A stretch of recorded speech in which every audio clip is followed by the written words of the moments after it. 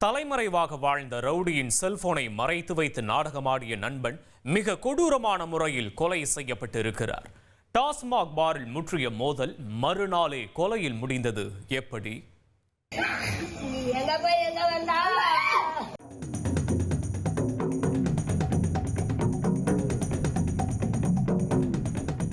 கொலை, கொள்ளை, வழிப்பறி, அடிதடி போன்ற பல வழக்குகளில் தொடர்புடையவருடன் ஏற்படுத்திக் கொண்ட நட்புதான் இன்று இந்த இளைஞரின் உயிரை பறித்திருக்கிறது.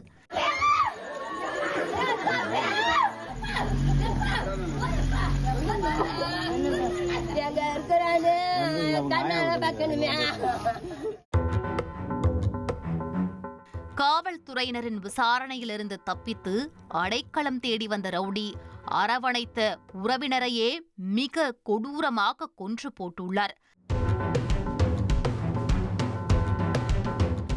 சம்பவ இடத்திலிருந்து இறந்தவரின் உடலை மீட்ட போலீசார் அதனை பிரேத பரிசோதனைக்கு அனுப்பி வைத்துவிட்டு விசாரணையை தொடங்கியுள்ளனர்.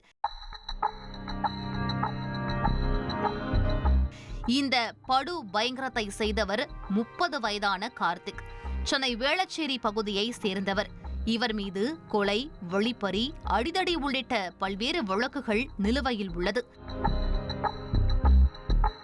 இந்நிலையில் போலீசார் பிடியில் சிக்கிக் கொள்ளாமல் இருக்க சில காலம் தலைமறைவாக வாழ வேண்டும் என நினைத்துள்ளார் கார்த்திக். அதன் காரணமாக கடந்த 6 மாதங்களுக்கு முன்பு மரக்காணம் அடுத்த முதலியார்பேட் கிராமத்தில் உள்ள மாமன் வீட்டில் தஞ்சமடைந்துள்ளார். அப்போது கார்த்திக்கிற்கும் அதே பகுதியை சேர்ந்த உறவினர் ஒருவரின் மகனான 32 வயதான ஏழுமலைக்கும் நட்பு உருவாகியுள்ளது. இருவரும் இணைப்பிரியா தோஸ்துகளாக மரக்காணத்தை வட்டமடித்துள்ளனர்.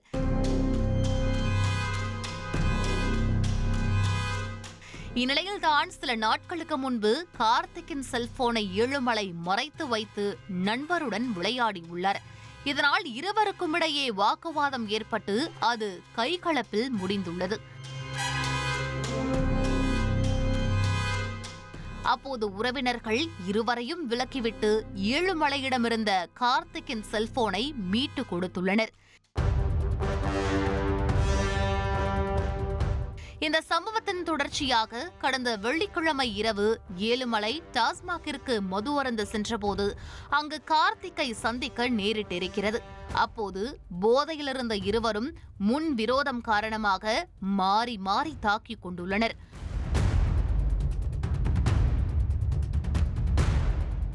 ஒரு கட்டத்தில் பொறுமையிழந்த கார்த்திக் பியர் பாட்டிலால் ஏழுமலையின் தலையில் அடித்து ரத்தம் பார்த்துள்ளார். படுகாயமடைந்த ஏழுமலை உடனடியாக மருத்துவமனைக்கு சென்று சிகிச்சை எடுத்துக் கொண்டுள்ளார். ஆனால் அந்த சந்தர்ப்பத்திற்கு பிறகும் கூட அவர் கார்த்திக் மீது புகார் அளிக்கவில்லை.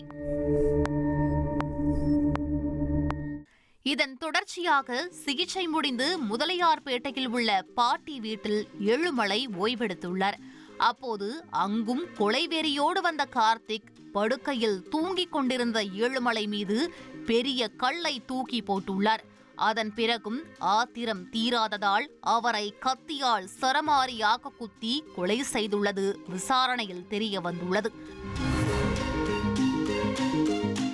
கொலை செய்துவிட்டு தப்பி ஓட முயற்சித்த கார்த்திக்கை அப்பகுதிவாசிகள் பிடித்து போலீசிடம் ஒப்படைத்துள்ளனர். நடந்த சம்பவம் தொடர்பாக வழக்கு பதிவு செய்த காவல்துறையினர் கொலையாளி கார்த்திக்கிடமிருந்து வாக்குமூலம் பெற்றுக்கொண்டு அவரை கைது செய்து நீதிமன்றத்தில் ஆஜர்படுத்தி சிறையில் அடைத்துள்ளனர்.